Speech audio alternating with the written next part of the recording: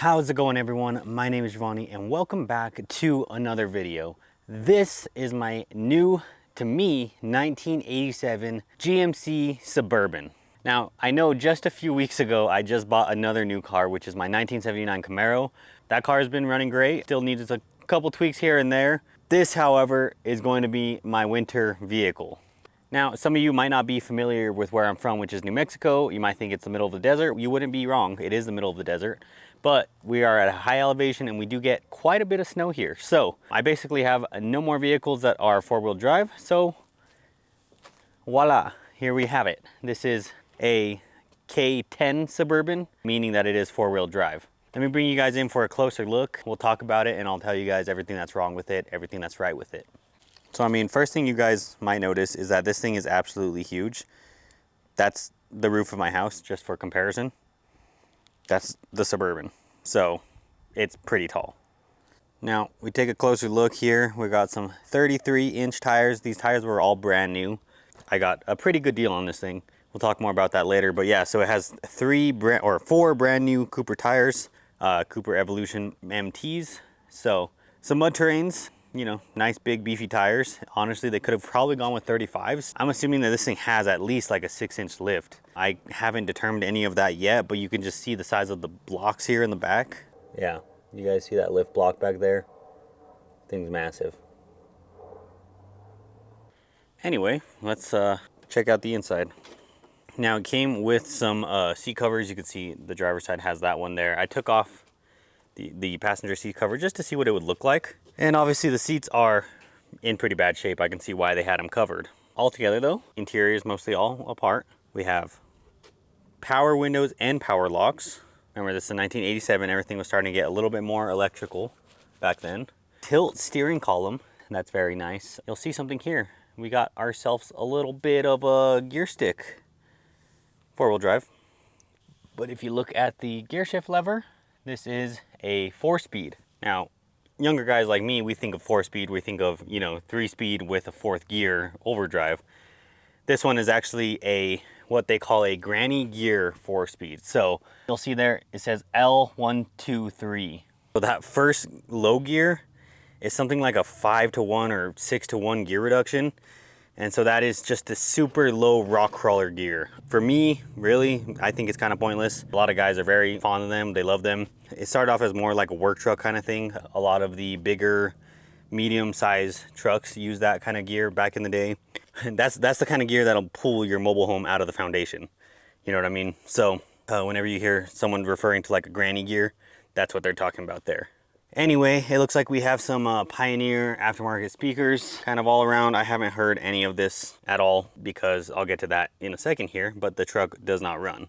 We have the rear window. I'll turn the car on just to show you guys that all this stuff works. Quite a step to get up in here, but so we're gonna just turn the key on because, you know, good old Chevy, you don't need an actual key in there to make it work. But we got rear window.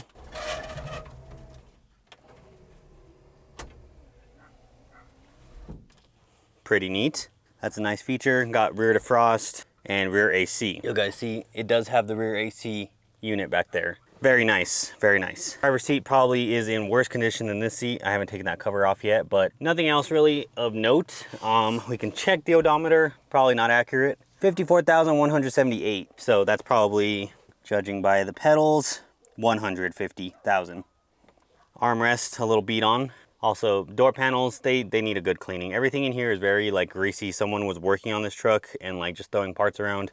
You'll see we have some antifreeze on the floor. Here's the seat cover that I took off. Gaskets, lots of parts just strewn throughout the vehicle. But it's got 3 seats. That's what I was looking for. The seats aren't in bad condition in the back. They just need to be washed. I tried shampooing half of that seat back there, which you can tell maybe it looks a little bit cleaner. Not too shabby.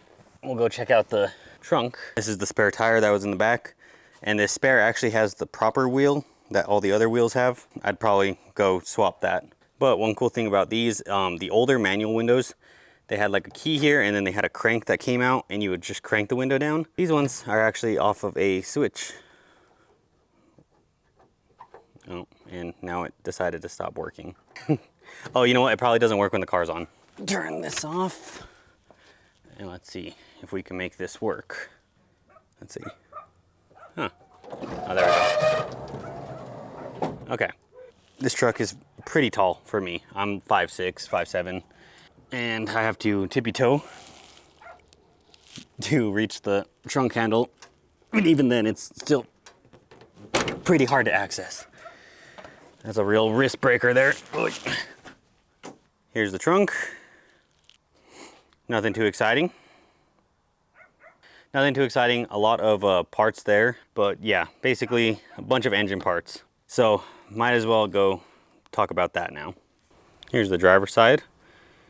Everything is all pretty straight. No big dents or anything like that. Got this truck out of Colorado, Durango to be specific, and you know, not too much rust up here in these parts. Higher elevation, lots of snow, quite a bit of rain sometimes, but nothing really that ever sits on the truck for extended periods of time, right?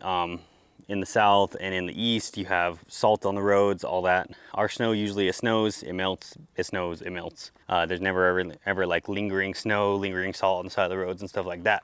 So let me pop the hood open and show you guys inside. All right, and here's with the hood open. Pretty tall for me. I can't reach into the engine bay, but you'll notice something in here doesn't look quite right. Now, you square body guys will know exactly what this is, but some of you old gasser guys, or some of the new guys like me, might not know what this is. This is a Detroit 6.2 diesel. I mean, I don't know a lot about these. I know that this is the same thing that like your CUCVs, which are like the square body that the military used. They all use this kind of engine. I don't know, I see 2 batteries here, and I don't know if that's a dual battery setup. I don't think it's got anything crazy. I don't think it's got like a 24 volt setup or anything. But yeah, it looks like a dual battery setup.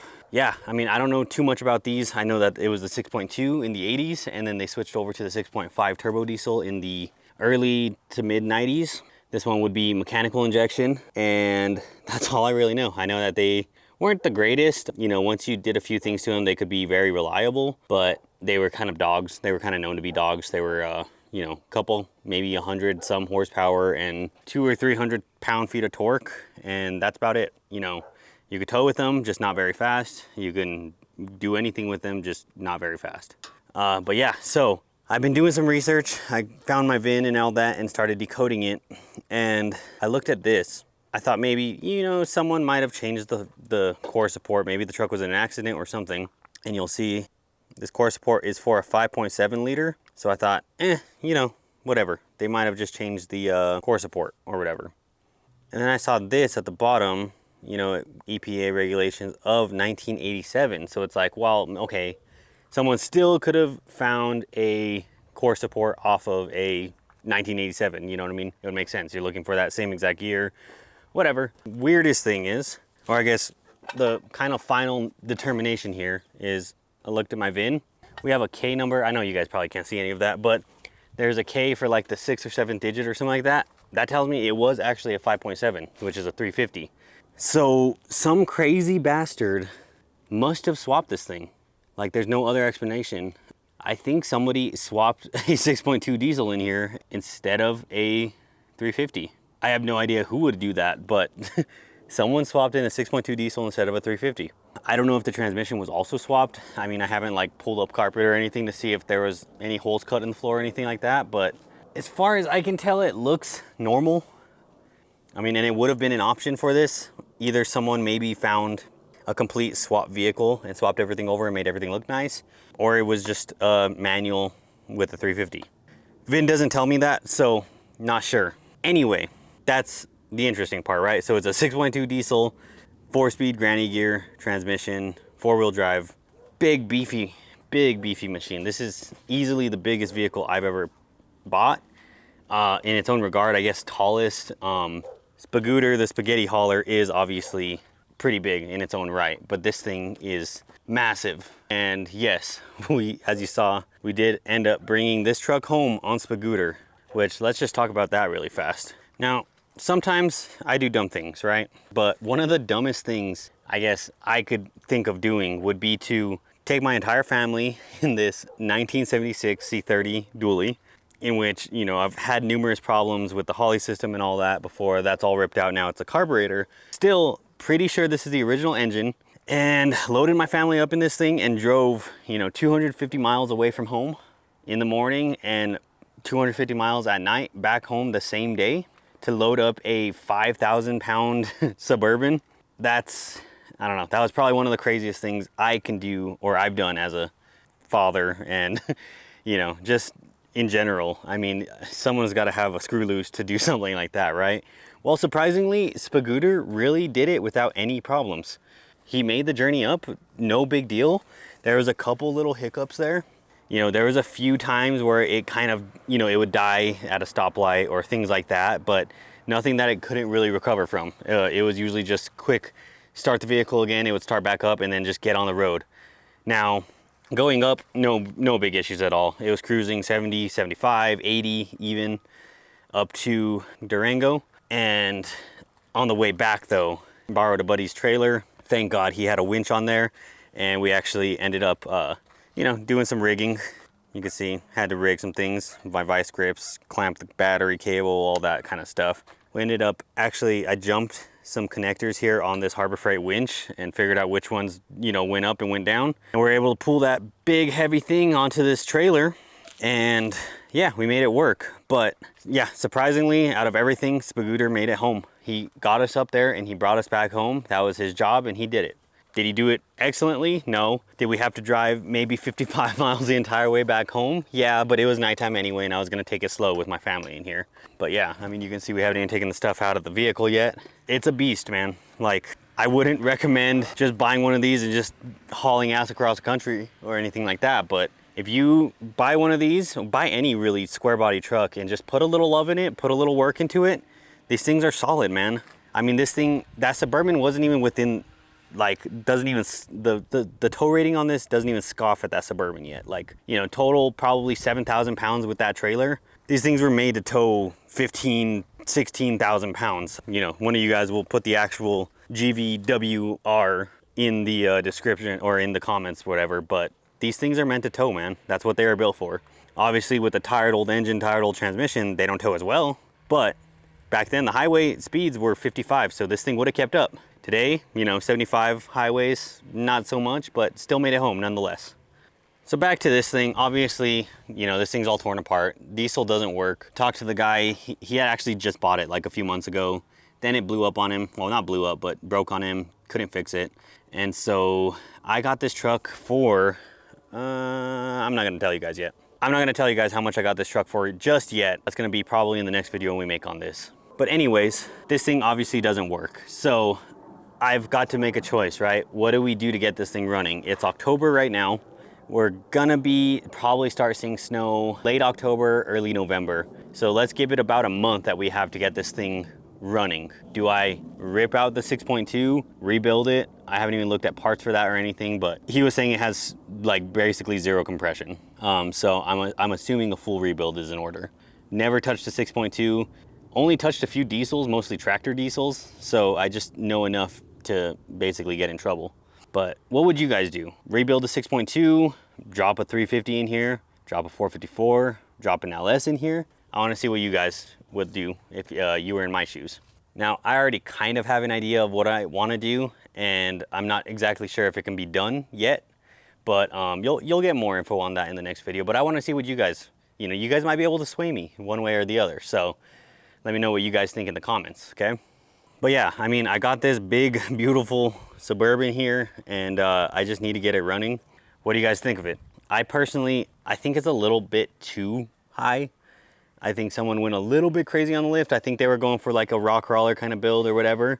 I just think the lift is a little excessive, especially for the size of wheels.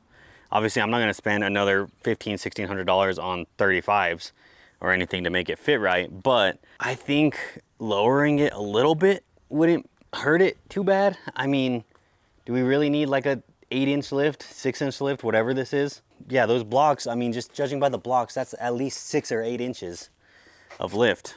I've never been one for like super high trucks. I'm not trying to compensate for anything, I promise. But I mean, this thing's just a little bit too tall, especially me being that I'm 5'6". Watch this real fast. All right, so like if you guys saw this big beautiful big white Suburban. You'd be like, damn man, that thing's awesome, look at that. And then I open the door and I hop out. I literally hop out of it and here I am. The thing is 2 feet taller than me. I mean, come on, you guys see where I'm getting at, right? So yeah, and I mean, I either need steps or, cause like this is embarrassing. Watch this. This is how I have to get in. So, I mean, not so bad, but you guys get my point, right? I'm not a big dude and I'm not trying to compensate, I promise. But anyways, yeah, this is my new Suburban. I really like to know what you guys think of it. Are you guys fans of Suburbans? I personally like it because it has, you know, such ample room for a family, lots of seating. Basically, I have 2 kids. Each kid could get their own row and do whatever they want. I'm not a huge fan of the kind of captain's chairs with the center console. I might swap those for a bench. That way, if I ever needed to, I could fit 3 plus 3 plus 2, possibly even 3 in the back, 8 or 9 people in a Suburban with room in the back for luggage and all that, and a roof rack. Like, I don't know. I've always been a fan of Suburbans. Obviously, I'm a fan of square bodies as well.